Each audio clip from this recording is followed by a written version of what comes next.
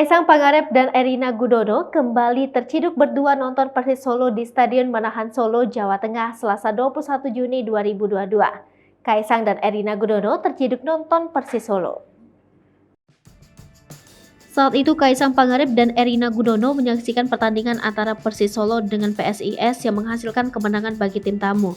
Ini kali kedua Kaisang dan Erina terciduk berdua datang ke Stadion Manahan.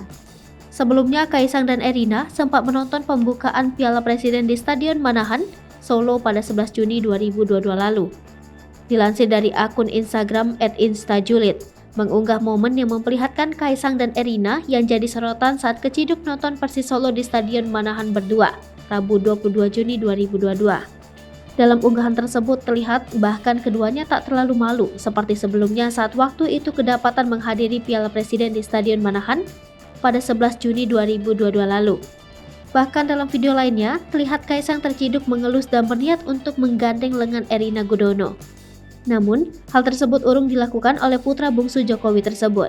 Selanjutnya terlihat pula Kaisang terlihat saling berdampingan dengan Erina Gudono duduk di tribun VVIP di Stadion Manahan.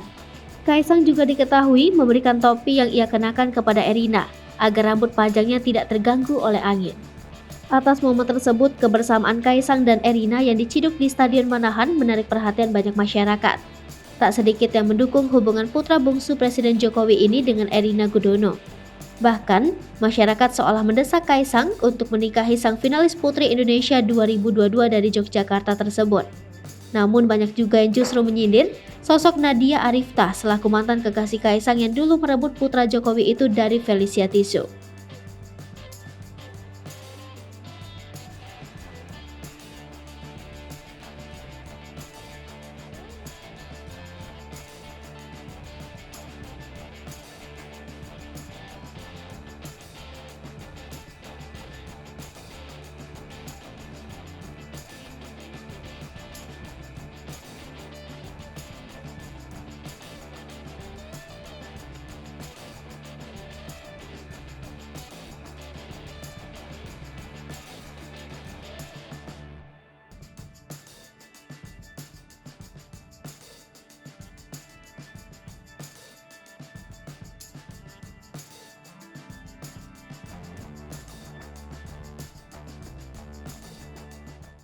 Hai pemirsa Sri Popo TV, jangan lupa komen, like, dan subscribe, serta tonton terus berita-berita terupdate lainnya.